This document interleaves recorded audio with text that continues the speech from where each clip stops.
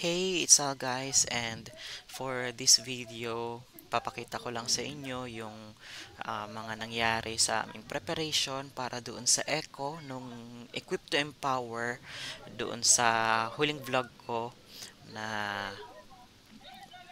ginanap nung August 25 to 26, 2024 sa Tagaytay. It's Christian Development Center sa Tagaytay. So dito, since echo lang naman ito, so mas konti lang yung grupo. So, dito lang sa video na to, pumupunta kami doon sa isang church ng Foursquare Church sa Espanya, which is under ng Eagle Division. Ito yung Faith Foursquare Church na makikita sa Espanya, and doon kami nagkitang mga youth to prepare for our last, parang first face-to-face namin ito nung after naming mag-attend sa Tagaytay. So ito na yung una namin pagkikita ulit for the preparation naman ng Echo. So dito, prepare lang namin ang lahat from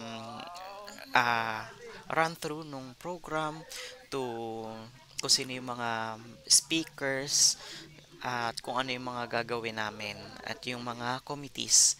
And ayan, nakita nyo, nagpakain sila Ate Green. Kaya salamat Ate Green sa mapakain. And ito na yung mismong day ng Echo namin, which is ginanap naman sa church namin sa Faith Builders sa QQ Mall, which is sa basement siya ng QQ Mall sa Quiapo, Manila. So dito sa Echo, meron kaming apat na speakers, which is si Pastor Kendrick nung una. Ito si um, Japet. Ito naman ay si Camille. And susunod is si Pastor Israel.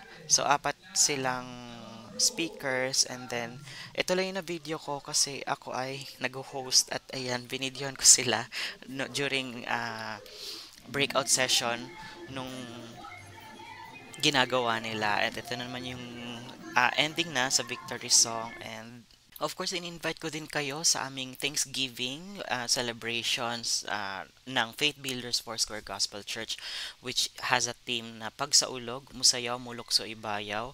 Sa December 1 na yan, bukas, alas 9 ng umaga, matatagpuan kami sa basement ng QQ Mall sa Quiapo, Manila. And see you there. Yun lang.